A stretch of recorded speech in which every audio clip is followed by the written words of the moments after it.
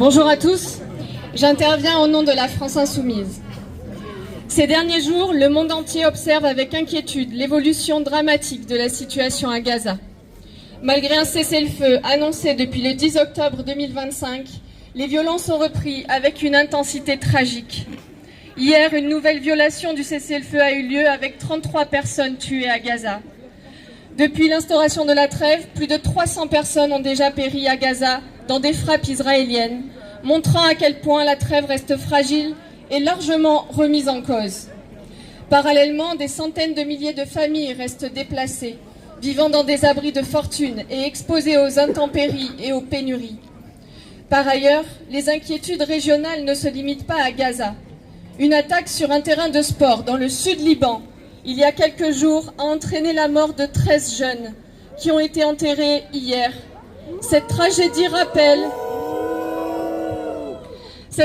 rappelle que l'ensemble de la région reste exposé à une instabilité profonde et que les civils continuent d'en payer le prix. Dans ce contexte, des voix continuent de s'élever à travers le monde pour refuser que la guerre devienne une normalité et que la souffrance des civils soit réduite à un simple chiffre. Parmi ces voix, certaines ont choisi de se rendre sur le terrain pour témoigner directement. C'est notamment le cas de notre députée européenne Manon Aubry. Lors de son déplacement récent en Cisjordanie, elle décrit une réalité marquée par les barrages permanents, les restrictions de circulation, l'extension continue des colonies et des violences quotidiennes contre les populations civiles.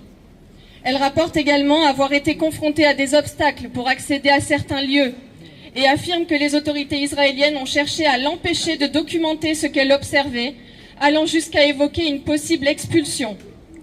Son témoignage rejoint les analyses formulées par d'autres observateurs de terrain, mais aussi des réflexions partagées dans la vie publique française. Dans une vidéo récente intitulée « Nous ne voulons pas de guerre », Jean-Luc Mélenchon, fondateur de la France Insoumise et ancien député européen, s'exprime sur la situation à Gaza et sur la responsabilité des États face aux violences contre les civils. Il rappelle que la protection des populations civiles n'est pas un choix optionnel, mais un impératif absolu. Il insiste aussi sur l'idée que la paix ne peut être construite si les principes fondamentaux, dignité, justice, égalité des droits, sont contournés ou ignorés.